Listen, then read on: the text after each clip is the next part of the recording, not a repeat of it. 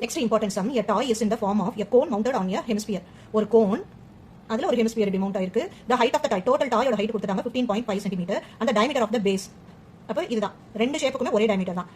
அது diameter வந்து 7 னு கொடுத்திருக்காங்க. அப்ப நமக்கு ரேடியஸ் தான் வேணும்னா 7/2 னு வெச்சுக்கணும். find its volume and total surface area. ரெண்டு ஆன்சர் நம்ம ஃபைண்ட் அவுட் பண்ணி கொடுக்கணும். ஓகே, find its volume னா volume of cone and volume of hemisphere வேணும். ஃபர்ஸ்ட் கோன் கண்டுபிடிக்கலாம். volume of cone equal to 1/3 pi r square h.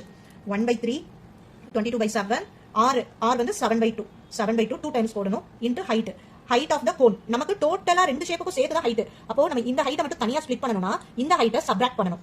இந்த height என்னதா இருக்கும்னா ரேடியஸ் என்னதோ அதே தான் உள்ள டெப்த், அதே தான் ஹைட் இருக்கும் எப்பவுமே ஹெமிஸ்பியருக்கு. அப்ப நமக்கு ரேடியஸ் தெரியும், அதே தான் இங்கேயும் லென்த். அப்ப நம்ம என்ன பண்ணலாம், இந்த 15.5ல இந்த லென்த்தை சப்ட்ராக்ட் பண்ணிட்டா எக்ஸாக்ட்டா நமக்கு கோன் மட்டும் கிடைக்கும். கரெக்ட்டா? அப்ப இந்த ரேடியஸை தான் நம்ம இந்த லென்த்ல சப்ட்ராக்ட் பண்ண போறோம். இத டெசிமல் பாயிண்ட்ல வச்சுக்கலாம். 3.5. அப்ப என்ன பண்ண போறோம், ஹைட் ஆஃப் த கோனுக்கு 15.5 அதுல ஹெமிஸ்பியரோட ஹைட் சப்ட்ராக்ட். இதுதான் ஹெமிஸ்பியரோட ஹைட், ரேடியஸும் ஹைட்டும் சேம் வேல்யூ தான். இத சப்ட்ராக்ட் பண்ணா 12. அப்போ height of the cone is 12. அத நம்ம இங்க யூஸ் பண்ணிக்கிறோம். இங்க இந்த 7 கேன்சல் பண்ணிக்கலாம். 11 2s are 1 3 4 3s are 12. இப்போ ரிமைனிங் ஆன்சர்ஸ் எல்லாம் மல்டிபிள் பண்ணா நமக்கு 154 cm cube. Next volume of hemisphere வேணும். Volume of hemisphere formula 2/3 pi r cube.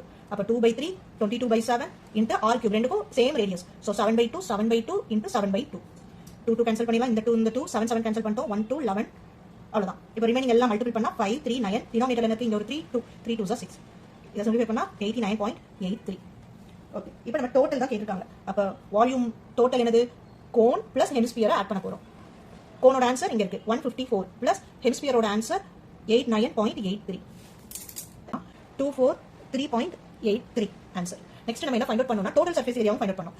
Curve surface area of cone and curve surface area of hemisphere ரெண்டையும் find out பண்ணி அத ரெண்டையும் add பண்ணோம்னா அந்த டோட்டல் சர்ஃபேஸ் ஏரியா, டோட்டல் இந்த solid குரிய volume. Okay, நம்ம curve surface area of cone first find out பண்ணலாம். pi r l.